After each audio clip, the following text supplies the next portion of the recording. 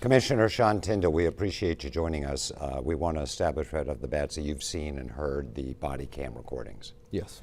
And we know emotions are raw right now, so out of respect to the victims and the families, we're not going to speculate, we're just going to stick to the facts. Wednesday morning, 3:35 a.m. at the Motel 6, a guest asked the clerk to call 911. That guest just happened to be Amy Anderson. 5 minutes later, the officers arrived. Take it from there. I can tell you that both officers arrived and immediately made contact with Amy. They went to her room, and the child, Amy's minor child, was in the room, and they contacted with her, talked to both of them. There was also 3 dogs in the room, and at one point Officer Estorff was petting the dog and talking to the little girl, and Amy thought that she was being followed and clearly was showing some signs of mental health issues. Thought that she was being followed. Did she elaborate at all? Are you able to elaborate? I can tell you she thought that a white truck that had passed through the parking lot of the motel was following her. Sergeant Robin had did some background check, pulled the video at the motel. Turns out it was a truck from another state, and was not in fact following her, but just happened to be going through the parking lot. Tried to make her feel better that was not the case. But during the course of his investigation into that, I think Officer Estorff became increasingly concerned about the safety of the minor child. We hear the conversation for 30 to 40 minutes was rather cordial, rather pleasant, and then it took a dark turn. How would you characterize that? Well, you could tell that Miss Anderson was, I guess, concerned that they had concerns for the child, and she had began loading her things up in her vehicle. At that point, Officer Estorff had made contact with Child Protection Services, and he was on the phone with them outside the presence of Miss Anderson and the child, relaying his concerns for the safety of the child. And it was about that time that you heard a commotion, and when he came around the corner, Officer Robin had been shot in the head, and rather instantaneously he drew his weapon, was able to get 2 rounds off. She got 2 rounds off, striking Officer Estorff, but he managed to shoot her in the chest, and both of them received fatal wounds in that split second. The child. Was there any indication that Miss Anderson was carrying a firearm? Did she appear to have it in the hotel room, or maybe it was in the car, or is that open for speculation? Right now we're not going to comment on that. It's hard to say what all they knew or didn't know.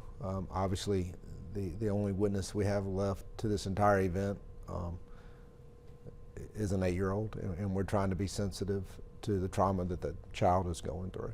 So she's sitting behind the wheel in the driver's seat when she shot Officer Robin then? Yes. Close range? Yes.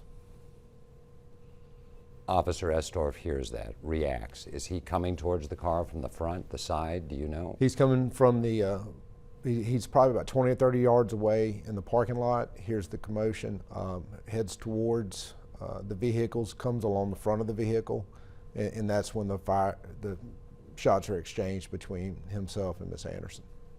People who know about guns and about shooting, those are 4, well, the fatal shots, those are incredible shots. Yeah. I mean, from both ends.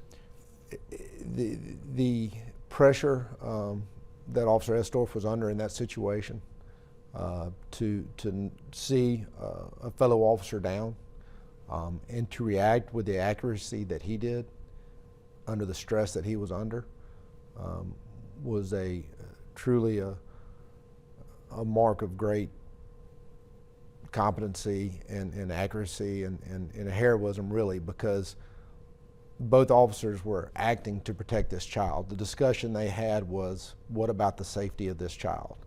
what do we need to do to make sure this child is going to be okay, because we're worried about this child's safety. Were either of the officers wearing vests? I don't know the answer to that, but I don't know that a vest would have made a difference based upon the location of the wounds they received.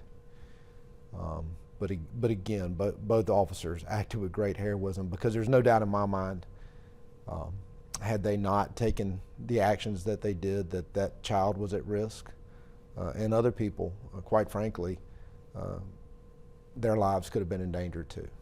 So Child Protective Services never arrived.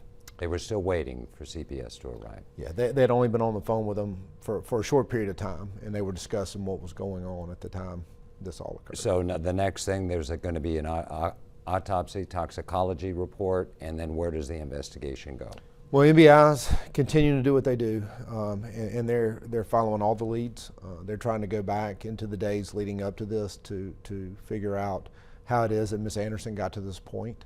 And so they still have a number of witnesses that they're reaching out to and following up with. And we're going to continue the investigation. And much like any investigation that NBI does, once it's complete, we'll review it with the Attorney General, and at some point make public the findings that we have. And the child is safe right now?